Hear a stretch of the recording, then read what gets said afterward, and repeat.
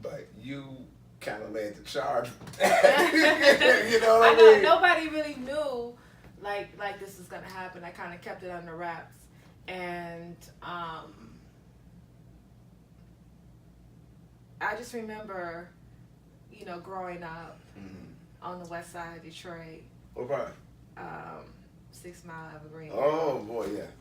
And I moved around a lot. So like the first memory of my childhood was Brightmoor, Schoolcraft, and Fielding. Wow. Okay. So that's where I grew up. Fielding and Linden.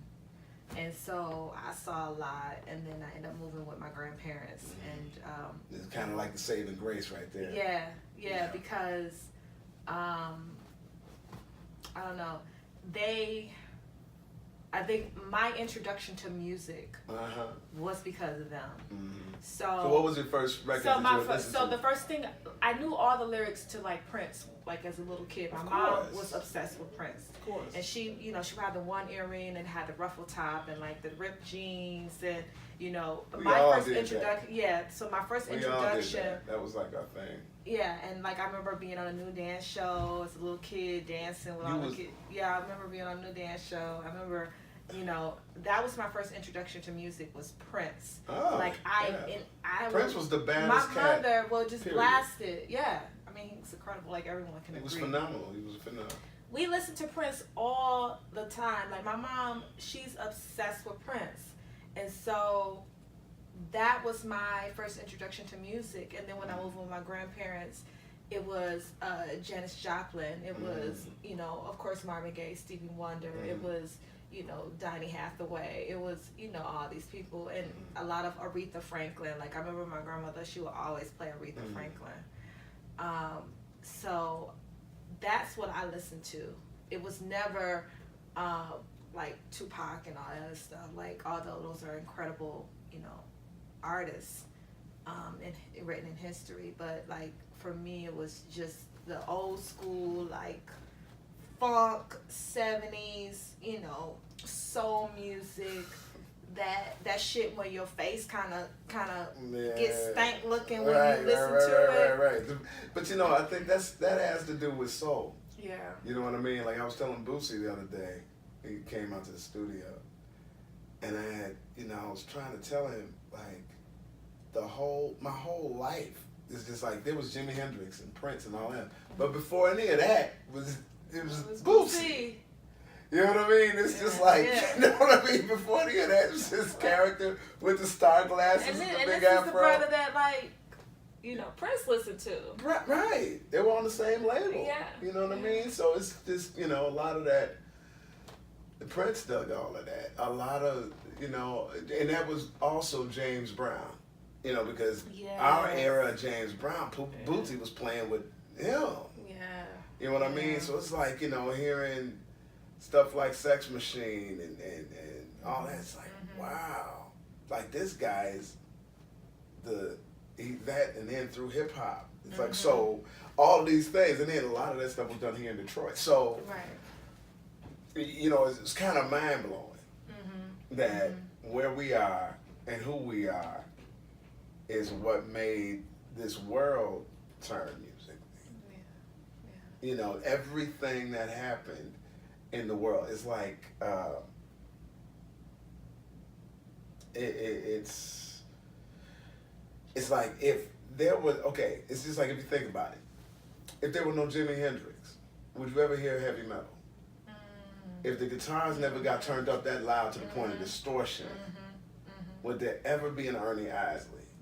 If it was not for the Isley brothers, would there ever be a Jimi Hendrix? Right. It could be a chicken and egg conversation. But, when you take a look and see exactly what those things are that were the inception of it, then you see people, entrepreneurs, just women from Detroit. And the foundation is for the lupus. The folks with lupus, and so it's beautiful. Like I've worked with some amazing photographers, Alexander. That's my man. He's that's wonderful. my We're supposed to be man. working together. That's awesome. But I love that guy right there. Yeah, Wow. wonderful. Yeah.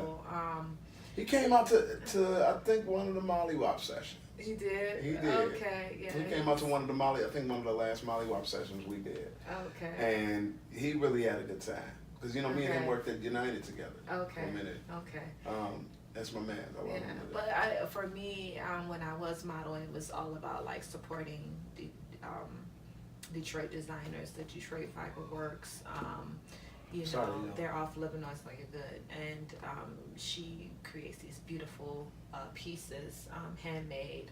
Make sure you check out Detroit Fiberworks on Liver Noise. I'm hip to it. Yeah. So it's it's just all about, I guess, for me, and even like just when I did the modeling, it's just really focused on Detroit designers, but like even this show is about Detroit. It's about like highlighting the artists. And to remind people of like, we are here, and let's not forget where the music came from. Right. I mean, we were always something stylish though. Yeah. We always had style. Like, I think Prince, he would always steal something from Detroit. I mean, his last look wasn't nothing but Moody Man. Yeah. You get the afro. The afro and the glasses. Come on now. Kenny was doing that for years before he did it. But then again, Kenny was, I guess that's just kind of trading the ball back and forth. But you know what I mean? It's just like people were doing all of the stuff that they did around the world here. You know what I mean? Yeah. And hair also, like, and a lot of that in a lot of ways. And I think that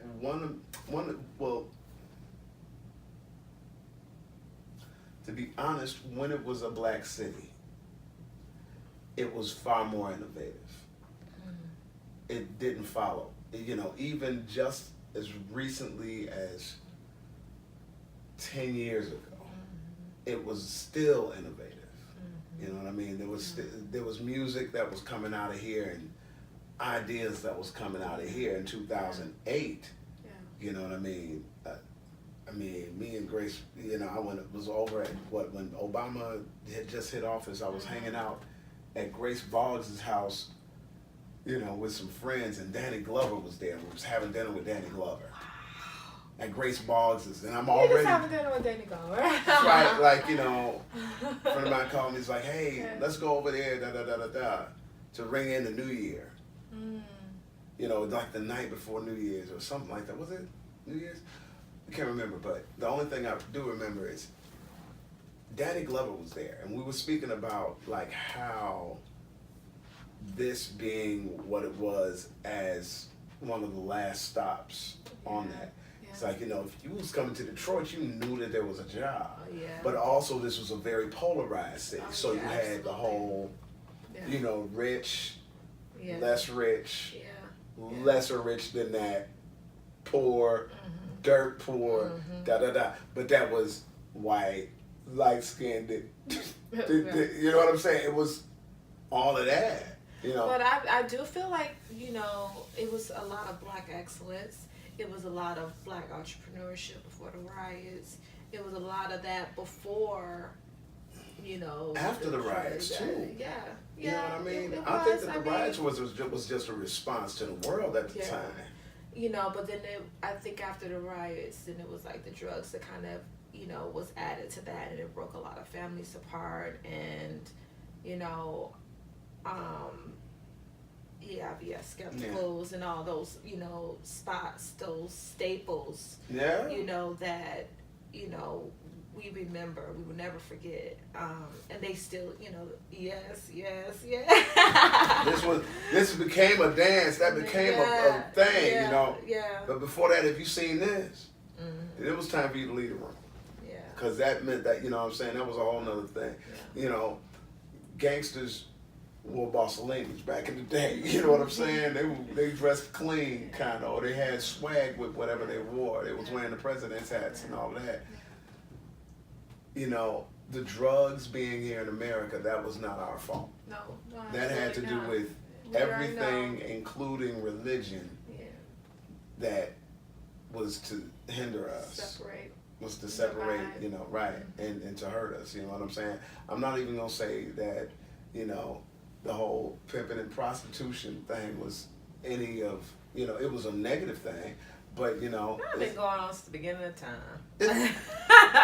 see, but you know, yeah, I mean, you know, but you know, you before the drugs came, it was you know, the solid family foundation. Right. Whether you were poor, rich, there was a man in the household. Right. There was a woman in the household. right, And then like when the drugs came, then Grab. like my era came, where everybody was living with their grandparents or auntie or you know right. a relative. I've seen it. You know, I've seen it. It was. It tore us It was a up. lot of divide, but you know, we pushed through. You know, and I think that generation, they was exposed to a lot of soul music. You know, we couldn't help but be exposed to that shit. You know, like I know if I lived with my mother, I wouldn't have been exposed to the music that I'm exposed to now. Being with my grandparents, you know, I wouldn't be exposed to that. And so that generation, you know, is what. You know, you have the Jake Dillas, and you know, you have all this, you know, that soul, like Soul the core. You hear that. Well, here's my question, and I'm wondering if what would have happened, okay, if even after the smoke cleared and after the crack era, okay, we decided to hold on to our properties.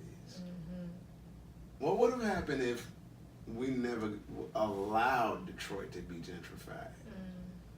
If this was like the blackest city on the face of the earth, and it still is. What if it, like, if there was no, if Dan Gilbert said, nah, I go here, I ain't going over there now, you know, I ain't gonna build out over there. Because at one point, that's what it was like. You know, you know. I remember my grandmother. She didn't cross Dearborn. It was just you know, everything. No. I remember all the food that I ate. I remember Wonder Bread. I remember Better Made. I remember Faygo, Verner's. I remember. I noticed that you was part of the Carmen Rogers Stay, which is part of the soundtrack of Napoli Ever After. That is. Talk about moving in silence. Like, how did that happen? And then I listened to it and I was like, oh my God, because you composed it and then you did the guitar. Played strings and guitars. I didn't play strings. I composed the strings and I played guitar on it. Okay. Carmen Rogers, I love that sister. Incredible. I wouldn't be where I am right now without her. I love her to death. She is the move maker. With Zoe and that's my girl right there. Yeah. Oh yeah, there's stuff coming from me and her too. Oh, I can't wait. You know, I did strings on Love Stories on her Stargazer record. Love Stories Charged with Anthony David and Stay.